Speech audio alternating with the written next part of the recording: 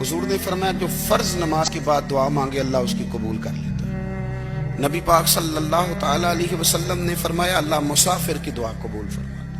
حضور نے فرمایا اللہ مظلوم کی دعا قبول فرماتا ہے۔ حضور نے فرمایا بیمار سے دعا کراؤ اللہ اس کی دعا قبول فرماتا ہے۔ میرے نبی پاک نے فرمایا ماں باپ جب بھی اولاد کے لیے ہاتھ اٹھائیں، ویسے تے بلے شاہ تو آسمانی اڈدیاں ہی پھڑ دیں، جڑا گھر بیٹھا انہوں بڑھیا ہی نہیں۔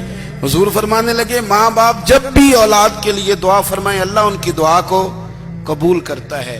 آپ اپنا تعلق بنائیں، دعا کے ساتھ، عبادت کے ساتھ، مصلی کے ساتھ رشتہ بنائیں، استغفار پڑھیں۔ صلاح الدین ایوبی صلیبی جنگوں میں تھے، رات کو مسجد اقصی میں نماز پڑھی تو پریشان تھے۔ ایک بزرگ سے ملاقات ہوئی تو وہ کہنے لگے کہ آپ بڑے پریشان ہیں۔ کہنے لگے حضور پریشان اس لیے ہوں کہ پہلے ہی مسلمان کمزور ہے، اب میں نے سنا ہے دشمن کا ایک بحری بیڑا وہ جنگی سامان سے بھرا ہوا آ رہا ہے، تو اب ان کے پاس اور تلواریں اور نیزے آ جائیں گے، مسلمانوں کے پاس پہلے ہی وسائل کی کمی ہے، پریشان ہو کس طرح کر کے مقابلہ کریں گے۔ یہ بات کہتے ہی صلاح الدین ایوبی نے بزرگوں سے کہا حضور آپ بھی دعا کرنا، دعا کی بڑی طاقت ہے۔ میرے نبی پاک نے فرمایا دعا مومن کا ہتھیار ہے، دعا مومن کا۔ حضور نے فرمایا تقدیر کو سوائے دعا کے کوئی چیز نہیں بدل سکتی، دعا مومن کا ہتھیار ہے، یہ کافر کے پاس کوئی نہیں، یہ ہتھیار ہے مومن کا۔ اللہ کرے آپ کو سمجھ آئے، پھر سنیں، کئی بار کہہ چکا ہوں یہ ہتھیار ہے۔ کافر کے مقابلے میں جو تیرے پاس سب سے بڑا ہتھیار ہے وہ دعا ہے۔ دعائیں کرانی چھوڑ دی، کرنی چھوڑ دی، لینی چھوڑ دی۔ حضرت سیدنا انس بن مالک رضی اللہ تعالیٰ عنہ فرمایا کرتے تھے میں نے وہ رنگ دیکھا ہے جب حضور دعا مانگتے تھے اور حضور کی مقدس آنکھوں میں آنسو بھی ساتھ ہی بہا کرتے، میں نے وہ انداز دیکھا۔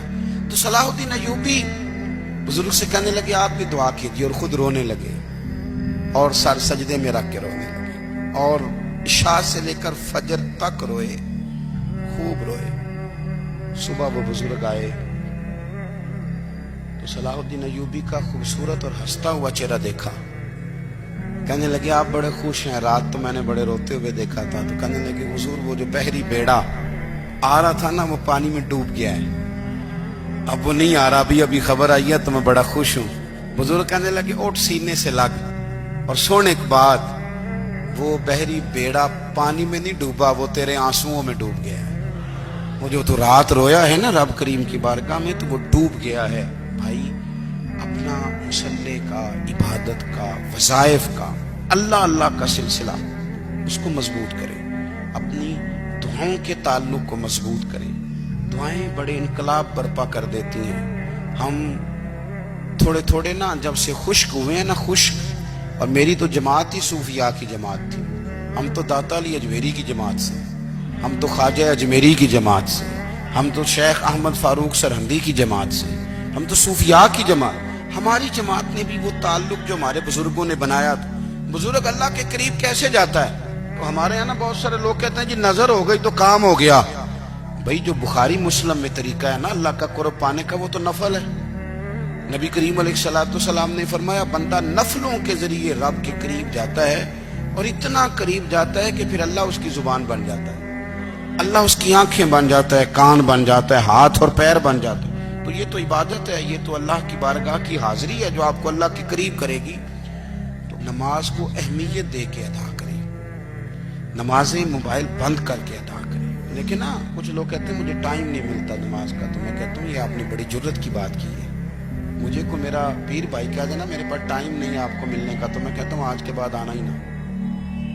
تو کیا سمجھتا ہے، تو بہت بڑا آدمی ہے، تیرے پاس ٹائم نہیں ہے اور ہمیں ملنے کا ٹائم، موج کر۔ تو آپ نے اللہ رسول کو کہہ دیا ٹائم نہیں۔ اور عجیب فلسفہ ہے نا، کہا جائے نماز پڑھنے آؤ تو کہتے ہیں کپڑے ٹھیک نہیں، اور کہا جائے کہ آؤ ذرا دعوت پہ چلیں تو کہتے ہیں 1 منٹ ٹھہر میں کپڑے بدل کے آیا۔